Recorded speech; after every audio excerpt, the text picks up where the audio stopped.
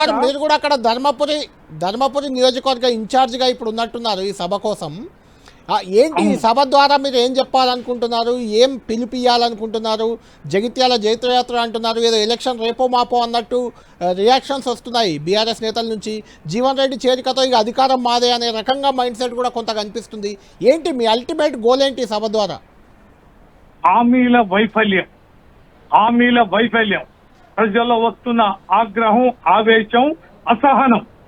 తర్వాత మేడిగడ్డని 2.5 ఏళ్ల నుంచి రిపేర్ చేసే అవకాశం వచ్చినా చెయ్యకుండా ఇవాళ కేసీఆర్ గారు ఇక్కడ పెడుతుంటే ఈ ప్రజల ఆగ్రహవేశాలు, ఈ ప్రజల యొక్క స్పందన బయటకు వస్తున్న సందర్భంలో మేడిగడ్డను సందర్శించే నైతికత రేవంత్ రెడ్డికి ఎక్కడిది అని.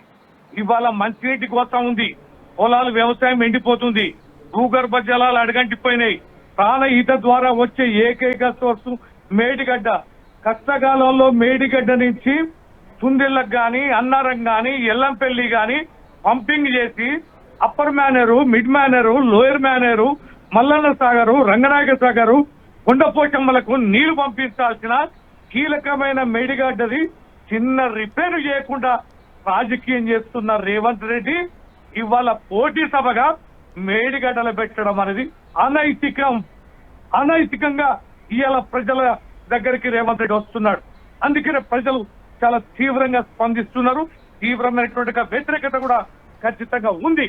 అందుకనే ఈ రేవంత్ రెడ్డి ఏదైతే ఉందో పోవాలి, కేసీఆర్ గారు రావాలి, ప్రజాక్షేత్రంలో కేసీఆర్ గారు ఉన్నారు, ఈ ప్రభుత్వానికి నైతికత లేదని ప్రజలు గొంతెత్తి స్పందించే వేదిక ఈ యొక్క జగిత్యాల.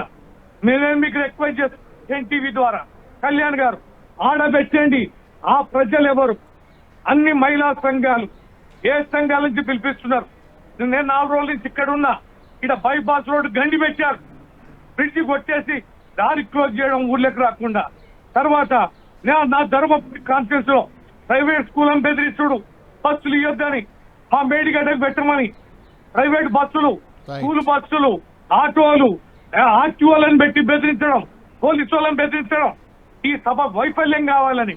ఆ సభ సక్సెసే కాదంటున్నావు కదా, ఇది లెక్కలోనే కాదనుకుంటున్నావు కదా. ఓ మిస్టర్ సంజయ్, ఈ రోడ్డు గండెందుకు పెట్టినావు? సిగ్గనిపిస్తాలే, ఎందుకు బెదిరిస్తున్నావు? ఆ సభ చిన్న సభనే కదా, ఇన్ని అవరోధాలు ఎందుకు? ఈ చిన్న సభనే కదా, మేడిగడ్డలో పోటీ సభ ఎందుకు? ఇది కదా నీ పీఠాలు కదులుతున్నాయని సంకేతం. రైట్ రవీంద్రరావు గారు, చూద్దాం. ఈవినింగ్ సభలు ఉన్నాయి కాబట్టి 2 సభల్ని కంపారిజన్ ఖచ్చితంగా మీడియాలో ఉంటుంది. మేము కూడా పరిశీలిస్తాం ఏ సభకి ఎవరు వచ్చారనేది. థ్యాంక్ యూ రవీంద్రరావు గారు.